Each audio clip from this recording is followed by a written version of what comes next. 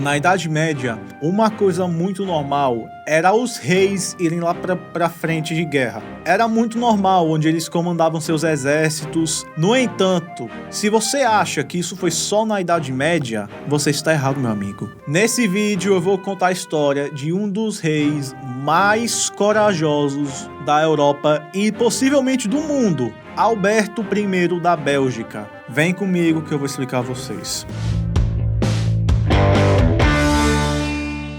Alberto nasceu no dia 8 de abril de 1875, em Bruxelas, na Bélgica. Ele era o filho mais novo do príncipe Filipe da Bélgica, conde de Flanders, e de sua esposa, a princesa Maria de Hohenzollern.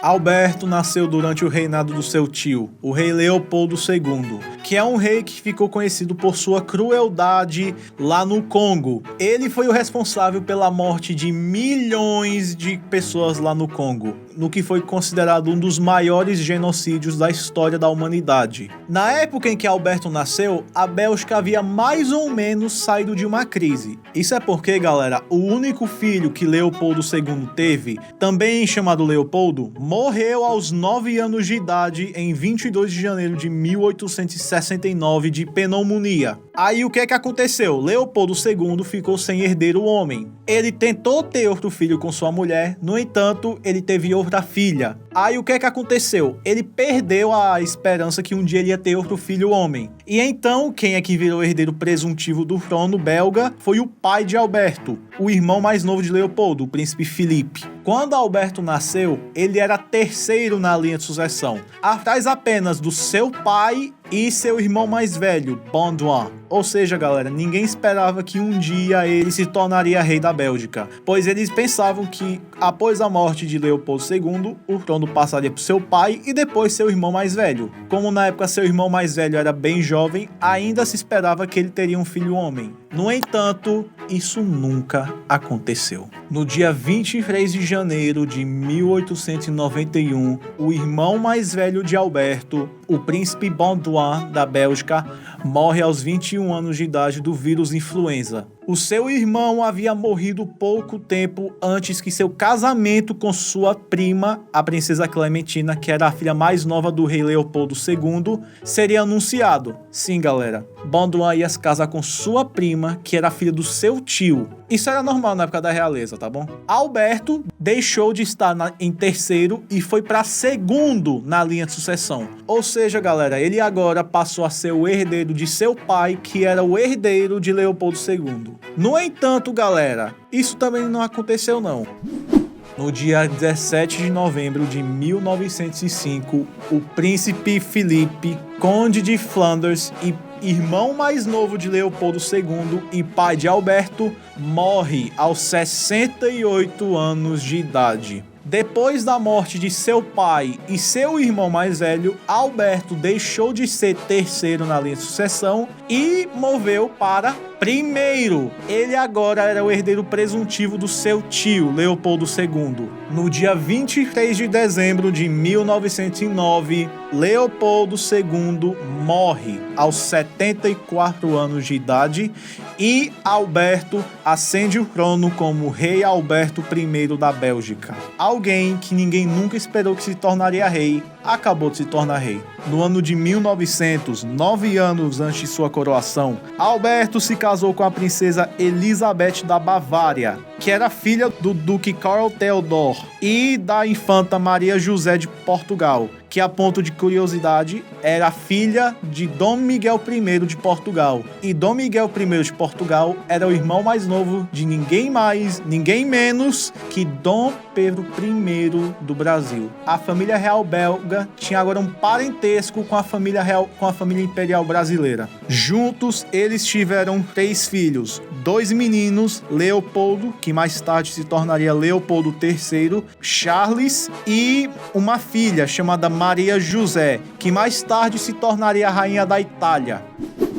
O reinado de Alberto I começou durante uma época meio tensa lá na Europa, pois naquela época a Europa estava dividida entre a Entente e os poderes centrais. a Bélgica não estava do lado de ninguém naquela época. No entanto, eles sabiam muito bem que uma guerra poderia acontecer a qualquer hora, e é uma guerra que possivelmente poderia envolver a Bélgica. Infelizmente, isso aconteceu.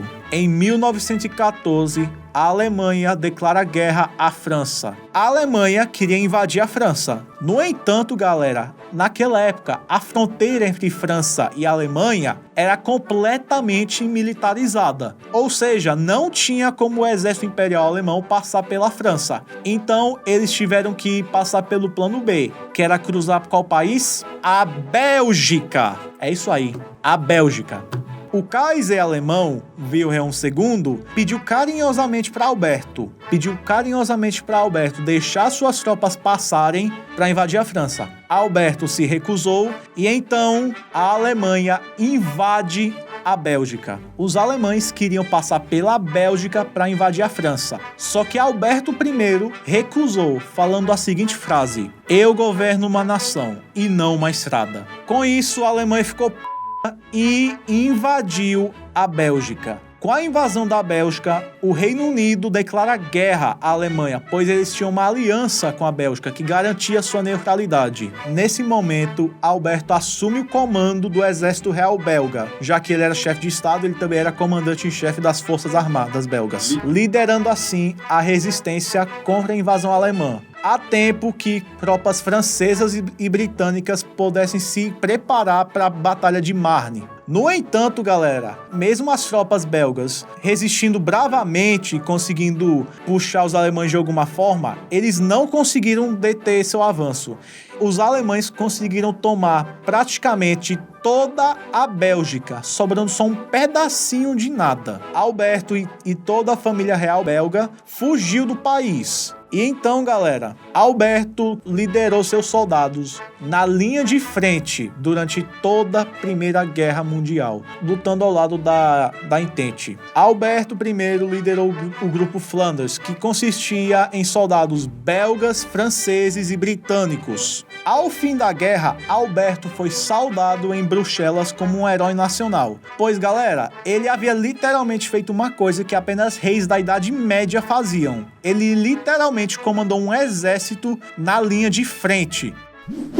Depois da guerra, Alberto reinou a Bélgica durante o período de paz. A ponto de curiosidade, galera, Alberto I foi o primeiro chefe de Estado belga a visitar o Brasil. Isso foi no ano de 1920, quando ele visitou o Rio de Janeiro, São Paulo e Minas Gerais. Essa visita levou a um ano depois a criação da Companhia Belgo-Mineira, que foi uma das primeiras indústrias siderúrgicas do Brasil. Esse é importante, viu, para a história do Brasil. Uma outra curiosidade é que Alberto I era apaixonado por alpinismo. É sério, ele adorava escalar e se aventurar por aí. Justamente essa paixão que ele tinha levou à sua morte. No dia 17 de fevereiro de 1934, Alberto I morreu em um acidente de escalada aos 58 anos de idade em Marseilles-Dames, na Bélgica. Seu corpo foi enterrado no jazigo real, dentro da igreja de Nossa Senhora, no cemitério de Laeken. O povo belga sofreu muito com a morte do seu monarca. Seus feitos nunca foram esquecidos pela população belga, e até hoje ele é lembrado como um dos reis mais corajosos da história. E hoje ele é lembrado como um herói nacional por ter liderado o exército belga na resistência contra os alemães. Depois da sua morte, ele foi sucedido por seu filho mais velho, Leopoldo, que se tornou o rei Leopoldo III. Vamos falar que o reinado dele foi o completo contrário do seu pai. Diferente do seu pai, ele foi completamente odiado pelo povo belga. Isso é porque, galera, quando a Alemanha invadiu a Bélgica durante a Segunda Guerra Mundial, Leopoldo III não imitou o pai dele e foi lá comandar o exército alemão para lutar, não. Ele se rendeu. Depois que a Bélgica foi libertada, quando ele voltou para a Bélgica, ele não foi recebido igual o pai, como um herói nacional, não. Ele foi recebido como um covarde e um medroso. Ele ficou tão despopular, galera, que houve revoltas, grupos separatistas e até mesmo militares se revoltaram contra ele, com medo de um possível golpe, revolta ou até mesmo a própria abolição da monarquia belga. Leopoldo III abdica do trono no dia 16 de julho de 1951 e é sucedido por seu filho mais velho, Baudouin, que se torna o rei Baudouin I aos 20 anos de idade. Depois disso, Leopoldo III viveu uma vida discreta. Ele acabou morrendo em 1983, aos 81 anos de idade. E a ponto de curiosidade, galera, se Leopoldo III tivesse reinado até o dia de sua morte, ele teria reinado por 49 anos, o que teria o tornado o monarca belga a reinar mais tempo. Baudouin não teve um reinado igual ao seu pai, muito pelo contrário, o reinado dele foi muito bom, onde a Bélgica foi se modernizando e também cooperou com os Estados Unidos durante a Guerra Fria. Infelizmente, Baudouin não teve filhos. A sua mulher até conseguiu engravidar 5 vezes, mas infelizmente todas as 5 gravidezes acabaram em aborto espontâneo. E então, quando Baudouin morreu em 1993, ele foi sucedido por seu irmão mais novo, Alberto, que se tornou o rei Alberto II. Alberto II reinou por 20 anos, até que ele abdicou e foi sucedido por seu filho, Filipe, que é o atual rei da Bélgica. É isso, galera. Essa foi a história de Alberto I, um dos monarcas mais corajosos de todo o mundo. Tamo junto e falou!